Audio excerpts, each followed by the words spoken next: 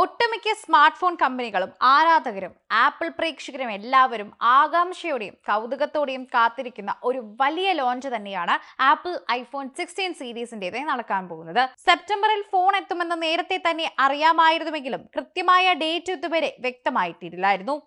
ഇത് സംബന്ധിച്ച വിവരങ്ങൾ ഇപ്പോൾ പുറത്തുവിട്ടിരിക്കുകയാണ് അന്താരാഷ്ട്ര മാധ്യമമായ ബ്ലൂംബർഗ് ആണ്.